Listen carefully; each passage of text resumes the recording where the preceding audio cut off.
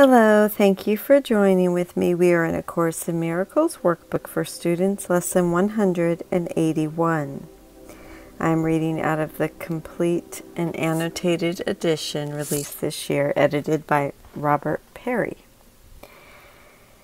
I trust my brothers who are one with me, and we'll go down to footnote 351.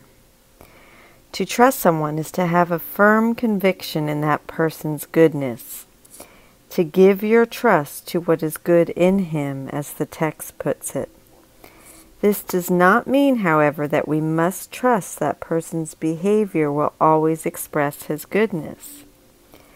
Trust here comes from looking past his behavioral errors to his innate goodness, which this lesson describes as sinlessness.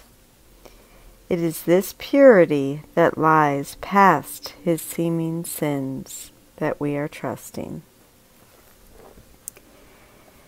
Trusting your brothers is essential to establishing and holding up your faith in your ability to transcend doubt and lack of sure conviction in yourself. When you attack a brother, you proclaim that he is limited by what you have perceived in him. You do not look beyond his errors. Rather, they are magnified, becoming blocks to your awareness of the self that lies beyond your own mistakes and past his seeming sins as well as yours.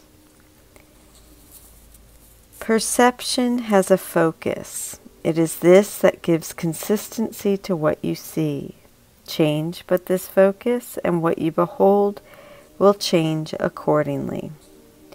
Your vision will now shift to give support to the intent which has replaced the one you held before. Remove your focus on your brother's sins, and you experience the peace that comes from faith in sinlessness. This faith receives its only sure support from what you see in others past their sins. For their mistakes, if focused on, are witnesses to sins in you, and you will not transcend their sight and see the sinlessness that lies beyond. And their sight, there is referring to the sins in you. In other words, if you focus on the mistakes of others, you will not transcend the sight of sins in you. Therefore, in practicing today, we first let all such little focuses give way to our great need to let our sinlessness become apparent. We instruct our minds that it is this we seek and only this, for just a little while. We do not care about our future goals, and what we saw an instant previous has no concern for us within this interval of time wherein we practice changing our intent. I'm going to repeat that sentence. We do not care about our future goals, and what we saw an instant previous has no concern for us within this interval of time wherein we practice changing our intent.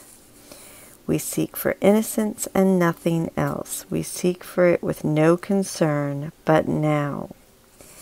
A major hazard to success has been involvement with your past and future goals. You have been quite preoccupied with how extremely different the goals this course is advocating are from those you held before. And you have also been dismayed by the depressing and restricting thought that even if you should succeed, you will inevitably lose your way again. How can this matter? For the past is gone, the future but imagined. These concerns are but defenses against the present change of focus in perception. Nothing more. We lay these pointless limitations by a little while. We do not look to past beliefs, and what we will believe will not intrude upon us now. We enter in the time of practicing with one intent, to look upon the sinlessness within. We recognize that we have lost this goal if anger blocks our way in any form. And if a brother's sins occur to us, our narrowed focus will restrict our sight and turn our eyes upon our own mistakes, which we will magnify and call our sins. So, for this little while, and let's go down to 353, this little while refers to our longer practice periods, which the previous paragraph calls the time of practicing. In these longer practice periods, we are undertaking a meditation aimed at experiencing the sinlessness within. If, however, during this meditation a brother's sins occur to us, we should draw our minds back to the proper focus by repeating, "It is not this I would look upon. I trust my brothers who are one with me." I'll do a separate meditation for this lesson as well. So, for this little while, without regard to past or future, should such blocks arise, we will transcend them with instructions to our minds to change their focus as we say, "It is not this that I would look upon. I trust my brothers who are one with me." And we will also use these thoughts to keep us safe throughout the day. We do not seek for long-range goals, as each obstruction seems to block the vision of our sinlessness. We seek but for surcease an instant from the misery the focus upon sin will bring, and uncorrected will remain. Nor do we ask for fantasies, for what we seek to look upon is really there. And as our focus goes beyond mistakes, we will behold a wholly sinless world. When seeing this is all we want to see, when this is all we seek for in the name of true perception, are the eyes of Christ inevitably ours. And the love He feels for us becomes our own as well. This will become the only thing we see reflected in the world and in ourselves. The world which once proclaimed our sins becomes proof that we are sinless, and our love for everyone we look upon attests to our remembrance of the Holy Self which knows no sin, and never could conceive of anything without its sinlessness. We seek for this remembrance as we turn our minds to practicing today. We neither look ahead nor backwards. We look straight into the present, and we give our trust to the experience we ask for now. Our sinlessness is but the will of God. This instant is our willing one with His. Thank you for joining with me. Lesson 181. I trust my brothers who are one with me. This is Alan Watson's commentary on Lesson 181, June 30th. I trust my brothers who are one with me. Practice instructions. The purpose is to go past the special block of focusing on the mistakes of others and so experience your own sinlessness. The experience will intensify your motivation and strengthen your commitment. So we're going to do another at least 5 minutes in the morning and evening, ideally 30 or more. So I'll be doing 15-minute meditations, which of course you can double up if you'd like. The practice is a meditation aimed at experiencing the sinlessness in you. Close your eyes and hold in the mind nothing but your great desire to see your own sinlessness, to experience the pure goodness that is your reality. Make this focus your only intent. To do this, you will need to set aside your focus on the mistakes of others.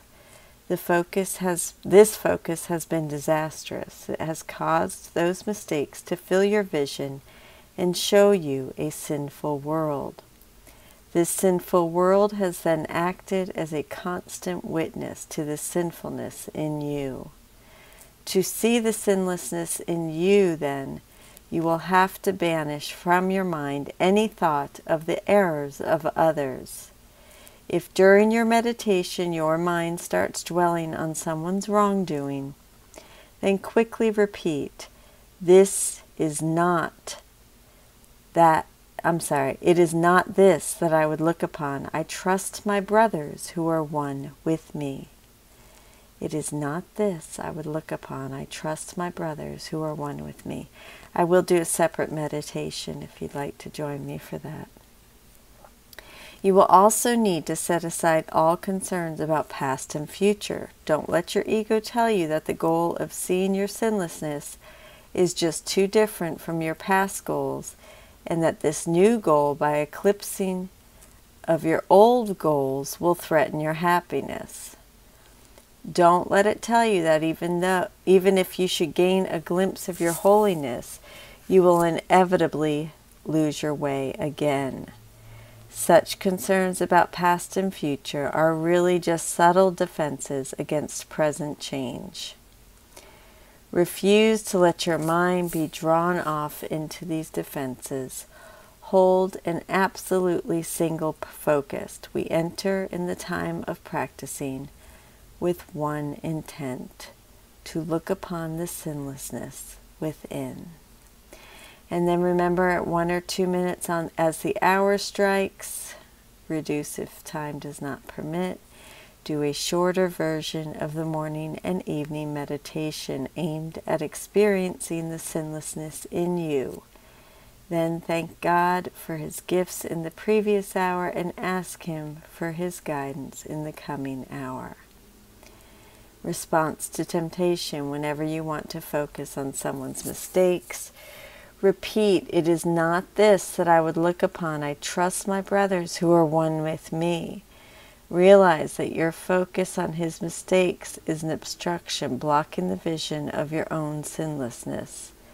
Dispel this obstruction not for any long-range purpose, but simply to relieve the misery that comes from focusing on sin. Commentary. This lesson is not encouraging naive blindness to people's flaws. It isn't saying that you should unlock your house and your car and leave your money lying in the street, trusting no one will steal it. It is talking about looking beyond others' errors and mistakes, their egos, to see their sinlessness. It is speaking of being aware of a person's mistakes and taking them into practical account, while at the same time looking past them to their perfect innocence. Not seeing the mistakes as sins to be condemned and punished. As my friend Lynn once said of a man who had previously been abusive to her, I may love a rattlesnake, but that doesn't mean I sleep with it. The block this lesson is helping us to lift, however briefly, is our focus on the sins of our brothers and sisters. The lesson is telling us not to look for what is wrong in people, but what is right. The point behind this is that by focusing on the sins of others, we block their true self from our sight, and thereby block the self within us from our sight as well. If I cannot overlook the mistakes of my brothers, I cannot overlook my own. Perception has a focus. We need to change our focus. Remove your focus on your brother's sins, and you experience the peace that comes from faith in sinlessness. Remember, the aim of these 20 lessons is to remove a block and thus experience something different. In this case, faith in sinlessness. As the introduction said, we are not trying to do this for all time, not yet anyhow. Not even for all day, just for a brief period. Do you have someone you feel you cannot forgive? How about trying to practice forgiving them just for 5 minutes? Just for a brief period, be willing to let go of all your judgments about them. to forget the past and to forget the future, and to look for the innocence in them, to see them as a holy child of God, deserving of His love. How about trying, even for just 5 minutes, just to be willing for this kind of experience? Don't worry about the fact that for the last month or year, or however long you've wanted to kill them. Don't worry about the fact that 10 minutes from now you'll be fantasizing about how they will get what's coming to them. Maybe so. How could this matter? The concerns we have about the past or the future are but defenses against the present change of focus in perception. If we can let ourselves experience, even for a brief moment, what it feels like to see past their sins to innocence, that experience will be enough to motivate us to go all the way. I encourage us all to bear these instructions in mind, not just for today's lesson, but for all the rest of the workbook. When you sit down for a quiet time, put aside how you felt just before and don't worry about how you will feel afterwards. We do not seek for long-range goals. All we are looking for is the experience of an instant of release, because that is all that is needed. At any moment during the day, we can stop and say, this instant is our willing one with His. This instant is our willing one with His. That instant is all we need.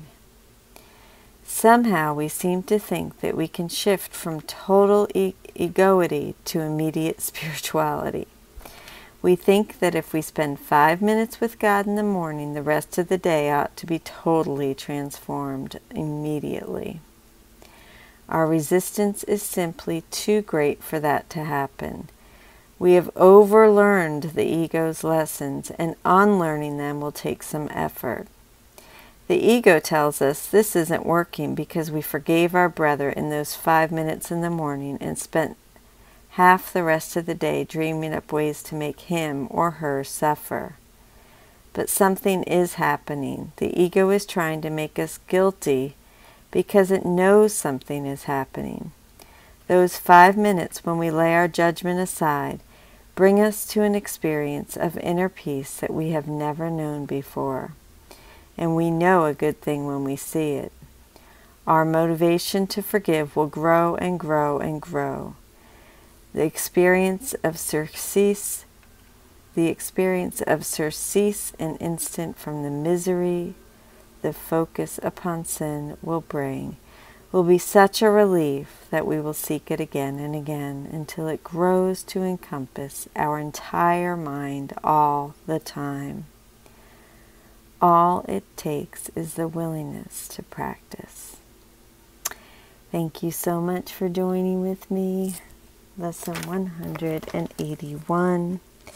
I trust my brothers who are one with me. Thank you for joining with me. I love you. Please join me for my 15-minute meditation.